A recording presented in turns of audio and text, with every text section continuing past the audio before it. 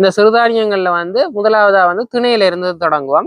திணையில பார்த்தோம்னா திணையில 3 வகை இருக்கு. இந்த திணைன்ற 3 வகையில வந்து முதலாவது கருந்திணை.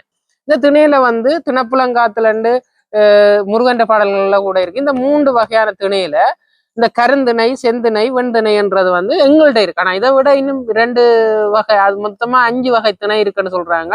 இந்த திணையில எங்கள்கிட்ட 3 வகை இருக்குது. இந்த உழவும் வறட்சியை தாங்கி வளரக்கூடியதாகவும் கொஞ்சம் தண்ணியிலேயே கூடுதலாக நல்ல ஈல்ட தரக்கூடிய மாதிரியும் எல்லா நிலத்திலையும் பெறும்.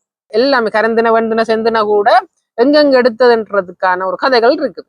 இப்ப இந்த திணையை பார்த்தோம்னா இது அதி அற்புதமான மருத்துவ குணம் வந்து கூடுதலாக இருக்கிற ஒரு தானியம். இந்த தானியம் வந்து இப்ப மற்ற செந்தின வெண்டினையோட ஒப்படைக்க இது சித்த வைத்தியத்துல வந்து கூடுதலா பயன்படுத்தப்பட்டு கொண்டு இருந்திருக்கு.